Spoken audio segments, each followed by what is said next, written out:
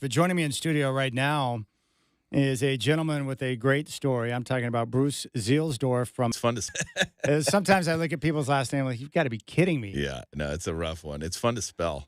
Sometimes I look at people's last name like, you've got to be kidding me. Yeah, no, it's a rough one. It's fun to spell. You and I were just talking about the good old days of G.I. Joe's, where you would go to meet Trailblazer players, which you did and I did. And, of course, that's where you would go for the Ticketmaster outlet, where you would get tickets for games. Who did you meet at G.I. Joe's? Oh, man. I think it was 89 or 90. Buck Williams, and he had like a perfect cursive autograph. Yeah, nice cursive. And then Clyde came in his Mercedes and, scribbled on it. It was awesome. It was amazing back then, man. G.I. Joe's was everything. It was everything. They had everything you needed in one spot. And you and I basically have the same type of life experience, but I'm the same way. Those are the guys that I grew up with, Clyde, Terry, Buck, Jerome, that drew me into Rip City. And so, when you're 12, 13, 14 years old and you're seeing those dudes bumping around town, they were larger than life. Huge. Absolutely. It's so funny. I love that. But you're also, because you were born in Portland, so you're a Northwest guy through and through, Bruce. Mm-hmm. You're a Seahawks fan. They look great. Sam Darnold's balling out of his mind, and Jackson Smith and Jigba looks like he might lead the NFL receiving. He's been nice. And then you're a long-suffering Mariners fan, and think about this. Your team is doing the unthinkable right now, 2 wins away from the World Series, which is unbelievable. Yeah, it's crazy. And like the 15-inning game, I was just sweaty. Just sweaty, waiting for it to, is this it? Yeah. It was horrible, but, man, they keep coming through. That game gave me anxiety. Oh, it's horrible. Because I thought it was lost on both sides 10 separate times. Yeah, I know. Get a hit! I know. It's just awful. Yeah, and they have such a hard time playing small ball, too, so they'll have runners at first and second, and no outs and 2 strikeouts and a pop-up. Yeah, how many times did they leave guys stranded in extras? It was mind-blowing, but so much fun, and so I'm excited with what we see right there. But I love your story. Obviously, you own and operate Axiom Plumbing, Sewer, and Septic, but talk about your pathway.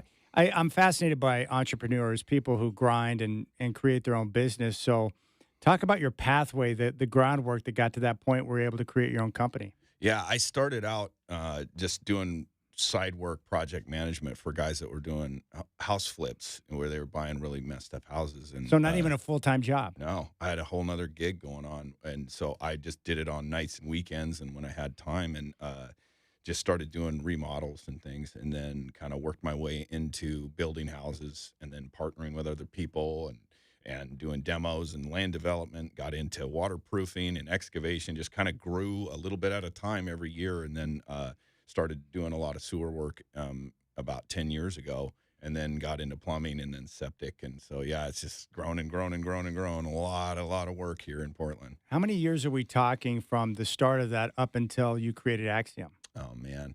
It's a 15, 20 years over time, just like grinding it out and growing it. I'm going to ask you the same question I asked my dad, because my dad's a handyman.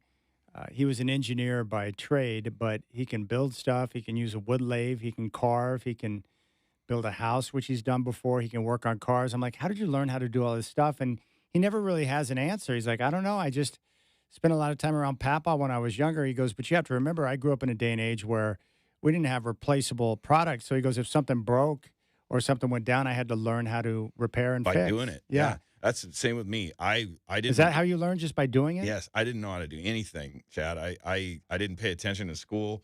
I just goofed off. So I had to learn just by doing it. Yeah. I had to jump in with both feet and just do it and get it done and figure it out. And I just ended up liking it, So I kind of stumbled into doing different things. I really enjoy fixing messed up stuff or restoring it. And I think that's a big part of it. Like with sewers and plumbing and septic, you're dealing with the grossest stuff, and the biggest problems and the biggest messes.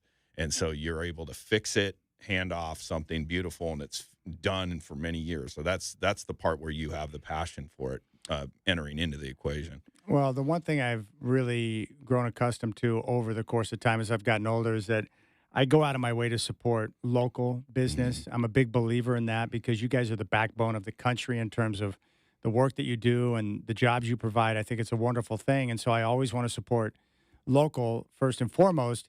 And that's what I love about you, is that with Axiom Plumbing, Sewer, and Septic, you guys are still local, right? Because a lot of these companies will start And then you get the big capital groups to come in, they take it over, and you lose that personal Yep, connection with a local business, for right? But you sure. guys are still fully Yep. local, family owned and operated, which is great. Yeah, And that same. means a lot to you. Absolutely, for sure. And yeah, I mean, so we have a super, family oriented feeling where, yeah, I haven't, it's just me. I don't have, some rich partner on the East Coast or something like that. That's it. It's all local, local owned, all local employed. So, we're still grinding it out in the trenches here in Portland. All right, let's start with the plumbing side. So, what are the typical issues or the things that people will call about or maybe don't know about that they should keep an eye on in terms of the work that you guys do with plumbing? Yeah, a lot of it's like the water leaks, where stuff will just happen, things wear out. And so, like, we had a call last week where a lady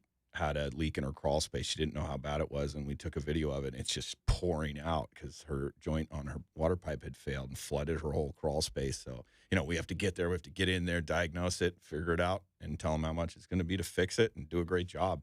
And then, it's, a lot of it's just communication and follow through and know how and, execute whatever needs to be done.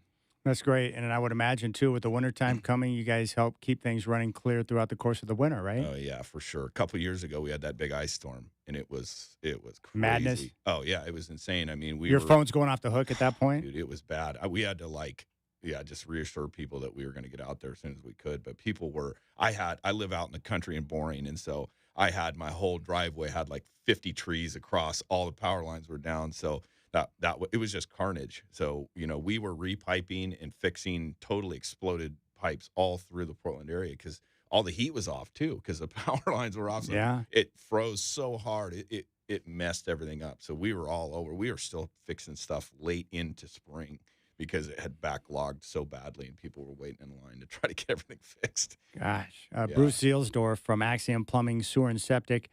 They handle all things water and waste in studio, talking about his story and his business. So that's the plumbing side. What are the typical things you deal with on the sewer and septic side? Yeah, so for sewer, we do a lot of real estate transactions where they'll do a sewer scope when they sell it, and Uh-huh. so we'll do a lot of those replacements where it's an old house or something like that, or an old line that hasn't been updated. We're doing stuff that's 120 year old sewers that are still functioning just barely, but Yeah. they're all worn out. They're old terracotta pipe or concrete or cast iron, and they're just done. And so we'll have bunch of different methods that make the most sense to replace it. And then we do a lot of sewer scopes and where people are like, hey, I haven't had mine done in a long time, or I've never done a sewer scope, or I've never cleaned my pipes. So come take a look. Let me know what's going on here. And so we do a lot of that. We do a lot of work in the street all the way into the mains. We do sewer extensions in the city of Portland and all over the place. So there's a lot of things where we're putting in new manholes, we're putting in new lines, and then we do a lot of with septic too. We'll do a lot of abandonments where the septic is old and needs to be replaced, and so we'll hook them into city sewer because they brought in city sewer at some point. So we How do a does lot of that. one, you would know better than me, but how does one keep an eye on their plumbing, sewer, and septic to maybe prevent it from getting too bad? Or are there ways you can monitor it to avoid the disaster type situation? Like, Yeah, what do you recommend in a that lot spot? of that is just paying attention to how things are draining, Yeah. and then also like with the ads we're doing, we're talking about it is making sure you got good water pressure, or if you got rusty pipes, all that's just signs of wear and tear, and like where things will just constrict down to where you don't have any flow and they need to be replaced. So if people got that indicator, they Yeah. can contact you. You can replace Yep. the pipes and Yep. make sure that you prevent the bigger disaster from Yeah. coming, and that'll save you money in the long run, right? Oh, totally. Because if a pipe breaks in the wall when you're gone, it'll just keep going. There's no shut off for it, and so you flood your whole house. It's horrible. We see it all the time where stuff will break without warning, and Yeah. if you wait too long, Yeah. you're asking for a big problem because not only replacing the pipes is one thing, but then when that water floods everything else, you're basically rebuilding the home almost, right? Yeah. So like insurance it's just a big mess. It's a literal disaster, right? And it's the same with the sewer. If you wait too long and you're like, it's kind of draining slow. I learned this the hard way as a homeowner, right? When Yeah. I bought my first house, Yeah. and I was like, oh, what? I never got a scope. I bought the house kind of like on a Uh-huh. quick bro deal, and like they're like, you have you have no sewer left. I'm like, what? I had no idea. So I never got a scope. So then you start learning how the world works here a little bit with this, with all this stuff underground or inside the walls.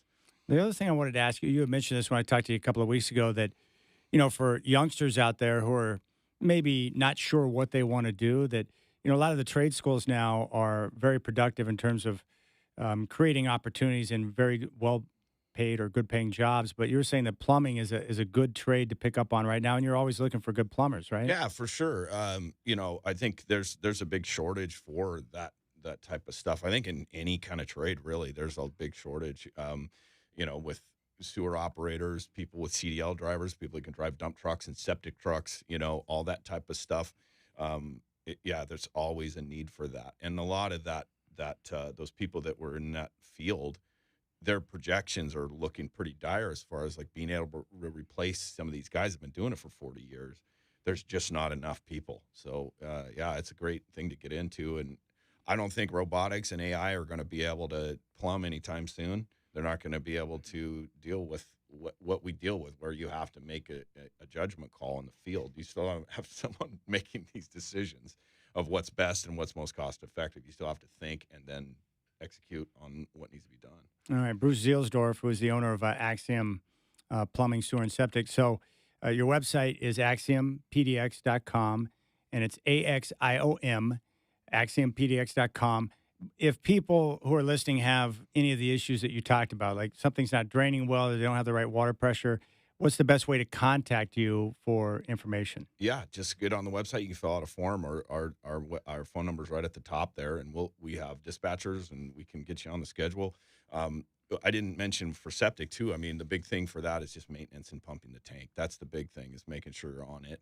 So that was one thing I forgot to say. But like, it's all that, it's just maintenance and keeping an eye on things. If you see leaks, they're not going to go away, right? And so, like, if you need anything, They don't magically disappear? no, I wish they did. Right? Dang it. But yeah, so we can, just give us a call. It's 503-833-2449. And then, fill out anything, email, anyway, smoke signals, we'll get them. All right, axiompdx.com, AXIOM. He mentioned the phone number, 503-833-2449. They handle all things water and waste. Bruce Zielsdorf, who is born and raised, he is a Northwesterner, Portland guy through and through, and doing great work with a local business. Bruce, I appreciate you. Thanks for your partnership, but also thanks for coming in to share your story. For sure, man. All right.